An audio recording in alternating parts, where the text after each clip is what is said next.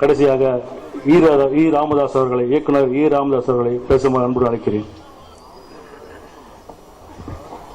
அனைவருக்கும் வணக்கம். நான் இயக்குனர் ஈ ராமதாஸாக இங்கு வரவில்லை.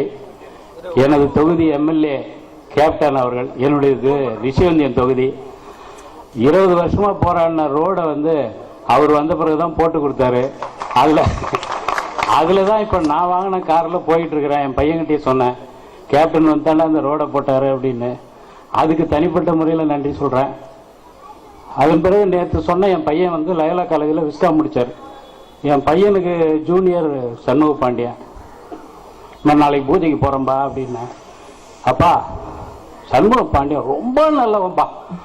அட்டா, என்னடா இவ்வளோ ஸ்ட்ரெஸ் பண்ணி சொல்கிறானே அப்படின்னா, ஆமாம்ப்பா, ஐயோ அப்படின்னு சொன்னான். நான் சொன்னேன், கேப்டனே நல்லவன்டா, அவன் படைப்புண்ணா. கேப்டனை விட நல்லவன் நான் சினிமாவில் பார்த்ததே கிடையாது. அந்த நல்லவன் படைத்த படைப்பு நல்லா தான் இருக்கணும். நீ நல்லா வரணும். அப்பாவோட எளிமையும் அப்பாவுடைய தைரியத்தையும் நீ வச்சுக்கோ. மேலும் மேலும் மேலும் மேலும் பல வெற்றிகளை உனக்கு சேரும். நன்றி, வணக்கம்.